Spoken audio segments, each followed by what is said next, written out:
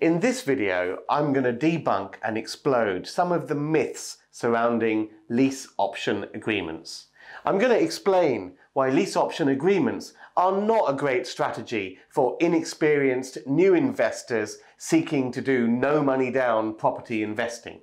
And I'm also going to share with you my 4 criteria for making sure lease options work for you. My name is Ranjan Bhattacharya. I've been investing in property for over 30 years, and welcome to my channel. If you're new here, make sure you subscribe and smash that bell icon, because we'll keep you notified with the new videos that we put out each and every week, because it's all focused and dedicated to helping you be more successful in your property investing game. I'm also host of the Baker Street Property Meet and Baker Street Property Meet live stream events, which are the UK's largest property investors networking events. To find out details of our next meetup, simply go to bakerstreetpropertymeet.com and register. So let's dive in and start with what exactly is a lease option. Instead of purchasing a property outright from the seller, you agree to lease it or rent it from them for a specific period of time, usually a number of years. Alongside that, you have an option agreement, which gives you the option to purchase the property at some future point in time at a pre-agreed price. It's called an option agreement because if at the end of the lease you do not want to exercise your option to buy the property, you simply hand the keys back to the seller and walk away. For an option to purchase to be legal, a consideration or payment has to be made when the option is taken out, and this has to be a minimum of £1. So that's a very brief summary of what a lease option is. Now let's go on to dealing and exploding some of the bunkum there is on the internet about lease option agreements. So lease options as a strategy for new investors looking to acquire property with no money down. Now, it really annoys me when I see lease options marketed by some training companies as an ideal strategy for penniless new investors to get into property and acquire portfolios without putting any money in the game. The marketing blurb from these training companies usually talks about how you can buy a property for £1. While such a scheme sounds highly attractive from the investor's point of view, I mean, after all, who wouldn't want to buy a property for just £1? No one really asks the question, what's in it for the vendor, for the seller to agree to such a proposition? Why would any property vendor agree to part with their property for £1 today, hand the keys to some inexperienced new investor in the hope that several years down the line they are going to buy it from them outright? Given the choice, a seller would naturally prefer an uncomplicated, straightforward, simple sale. I mean, what seller would choose to complicate their life with these convoluted lease option agreements? What's in it for them? So the solution to this dilemma is to target sellers of properties who can't sell in the normal way. In other words, they have no buyers in the open market. So what sort of people are these sellers? They're typically people who are in negative equity, meaning that their homes are worth less than their outstanding mortgage payment. Those sort of sellers find it very, very difficult to sell because they have to come up with a stack of cash to pay off the mortgage company before they can move. So when the vendor is trapped in negative equity and can't sell in the normal way, that's when they will consider a convoluted lease option style agreement, because it basically allows them to move out of their home and get on with their lives. The problem is that the areas of the UK which are in negative equity are pretty much desolate areas up north, characterised by high unemployment, falling population levels and property prices which are as cheap as chips. These areas have been in negative equity for over a decade, and there's absolutely nothing on the horizon to make anyone suppose that this situation is going to turn around. Also, the investor has no strategy or plan to force the appreciation of the property they're buying. They're just hoping out on a wing and a prayer that these properties will naturally rise in values over the years. New investors are usually fed statistics about how house prices in the UK on average double every 10 years. These figures may be true, but averages are just that, averages.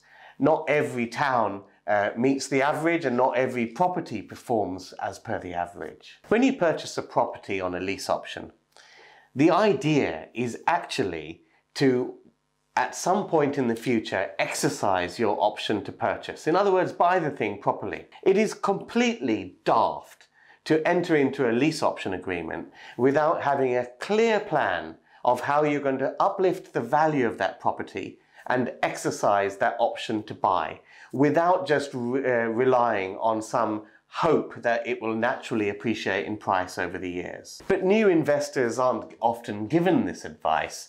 They're often fed the line that it's all about control as opposed to ownership of the asset. Uber is often wheeled out as an example of this approach. Uber, the world's largest taxi firm, they don't own any cars, they just control the cars.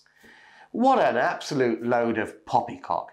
Why would anyone want to own a fleet of depreciating Toyota Priuses around the world? Property isn't like that. You get the right property, there are appreciating assets which you will want to own.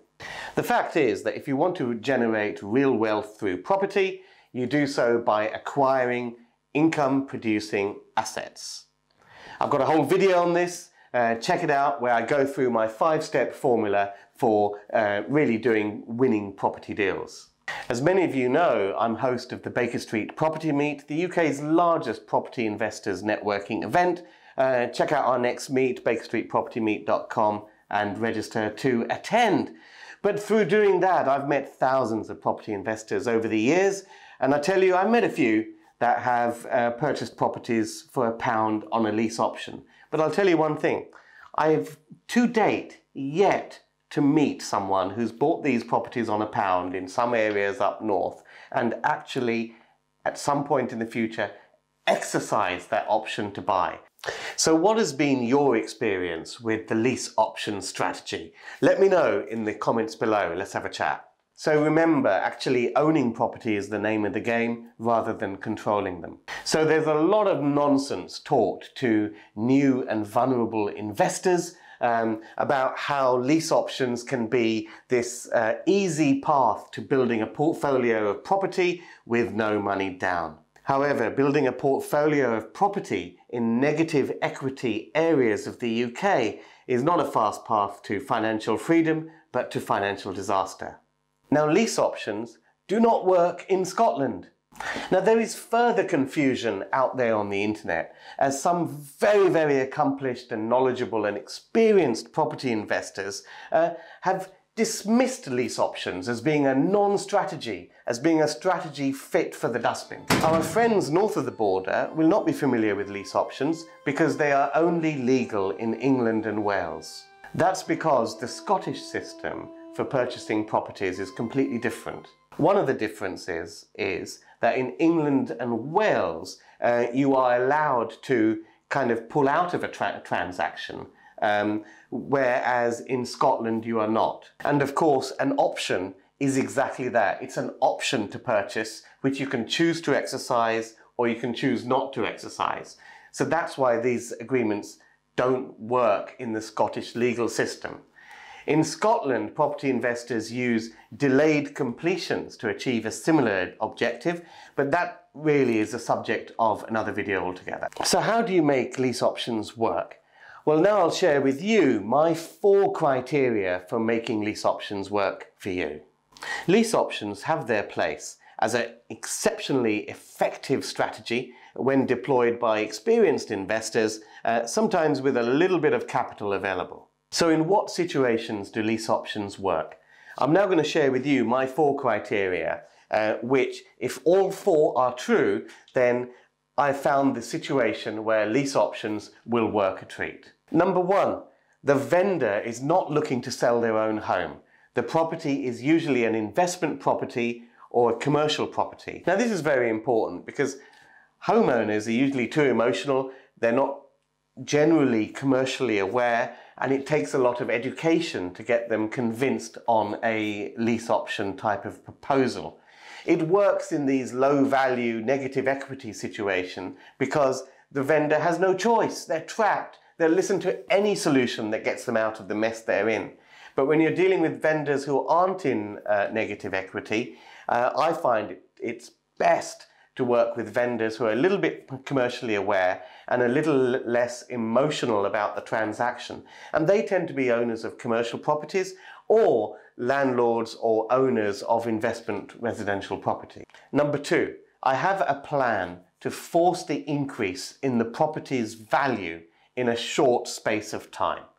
Now this is absolutely critical. I'm not interested in doing any lease option which is just purely dependent on house prices naturally rising in time. I mean, that's just playing pot luck really, that's just taking a gamble. I mean, who knows about capital appreciation, who knows when it will happen, how fast it will happen, it's just a complete punt. The lease options I do are where I have a fixed plan that I'm doing something which is going to mean that the property's value is going to increase in time in a very short space of time, usually no more than a couple of years. If you haven't already done so, make sure you smash that like button. If you find this video useful, then smashing the like button will mean YouTube will share it to more people. Number three, the vendor doesn't have the time, money, or inclination to implement this forced appreciation plan themselves. Often the vendor may be well aware of what I'm planning to do to force the appreciation in the property. It may be that they don't have the cash funds to do it. Often they're at an age where they just don't have the will or the inclination to do it. Number four, my offer to purchase the property gives the vendor a higher price than they would get for the property in its current condition. The scenarios I normally aim for are ones where there's a problem with the property which I am putting in some time, effort and resource to actually fix, and therefore after doing so I'm uplifting the value. The other situation is where I'm enhancing the value. I've noticed some permitted development opportunity or some planning gain opportunity, which once those permissions are sought and obtained will increase the value of those the real estate. So what I tend to do as an incentive to the vendor for actually choosing to go with me on a lease option agreement is give them a little bit more money for the property than the condition of it today. Now I will finance that because I'm basically uplifting its value. So let's put these four criteria together, and as I share with you a real life scenario of a deal that we looked at and did a few years ago, which was a lease option with a vendor. Now a retiring landlord got in touch with us from some advertising that we put out locally. And this retiring landlord basically had a block of flats he was looking to sell. He lived a lot of his time abroad and spent a little bit of time in the UK. Now, the problem with these flats was that he had converted them into flats more than 10 years ago, but he had not obtained planning permission. So although these flats were fully rented and fully tenanted, he couldn't sell them as a block of flats because there was no planning permission. The other thing with these flats is they were very shabby. They had nothing done to them for over 20 years and the layout was poor. In other words, they weren't what we call space optimized. For example, instead of a studio flat, it could easily be reconfigured to a one bed, and a one bed could be configured to a two bed and stuff like that. The landlord wants to sell and use the money to fund his retirement, but it's very difficult to do so if you have no planning permission for the current use of the property. So the solution was that we negotiated a lease option with the vendor. We took on control of the property, we took on the existing tenants of the flats, and we paid the landlord a monthly rent. We negotiated an option price to buy the property at more than it was worth today. So the landlord was very, very happy. And we negotiated the right to exercise that option to purchase at some point in the next 3 years. Our plan for uplifting the value of the property was simple. We put in an application with the council to regularise the existing use of the property. That is a certificate of lawful use application, for which we had to prove that the property had been used as flats for a number of years. The landlord gave us access to various files and old tenancy agreements and that kind of stuff. We put together all the information with the help of a planning consultant and filed an application with the local authority to regularise the current usage of the property as flats. This worked for the vendor because the vendor didn't have the time and didn't want the hassle of doing this application himself. Once we got the existing usage of the property regularised as flats, we didn't exercise the option just then. What we did is we undertook a program of refurbishing each flat and bringing the spec up to modern standards. So we changed the layout a little bit. Some of the studios we reconfigured and made them into 1-beds. Some of the 1-beds we made into 2-beds, new kitchens, bathrooms, floorings, decorations, all that sort of usual stuff, and generally up the spec. And then when it's time to exercise our option to buy the property off the vendor, we can get a commercial valuation on the whole property, which values the property as having planning permission for its current usage, i.e. multiple flats, and values the property as being of modern spec post the refurbishment. So that valuation comes in at a much higher level than the price that we have agreed to pay the vendor via the option agreement. So it's not no money down. It's more no money left in at the end of the day. And that's really the guiding principle for a lot of the deals that we do. In summary, lease options are not really a tool for an inexperienced new investor who's seeking to build a portfolio of property with no money down. It just doesn't work. It's not true that lease options is a strategy for the dustbin. They work a treat, and it's a fantastic tool to be used in England and Wales. Its best deployment is by slightly more experienced investors or knowledgeable investors who have a little bit of capital behind them.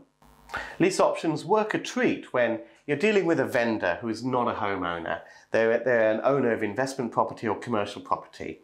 You have a plan to force the appreciation of that property in a short space of time.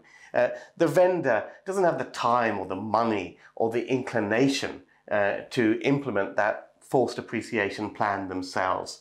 And you're offering a little bit of a win-win to the vendor, where you're offering them a slightly higher price than they would get if they sold their property in its current condition today. So that's my take on lease options. Remember, subscribe and hit the bell icon on this channel. We put out new content each and every week, all dedicated to helping you keep on top of your property investing game. At the end of the day, lease option agreements were born in the world of commercial property. When you want to go and get the paperwork done for a lease option agreement, you go to a commercial lawyer, because they're the ones that actually know about it. Many of you will know I run a commercial property training program to equip you with the knowledge and skills you need to succeed in the fascinating world of commercial property. Full details are available at bakerstreetworkshop.com, and if you enter the promo code Ranjan, you can claim a £700 discount. So until the next video, bye for now.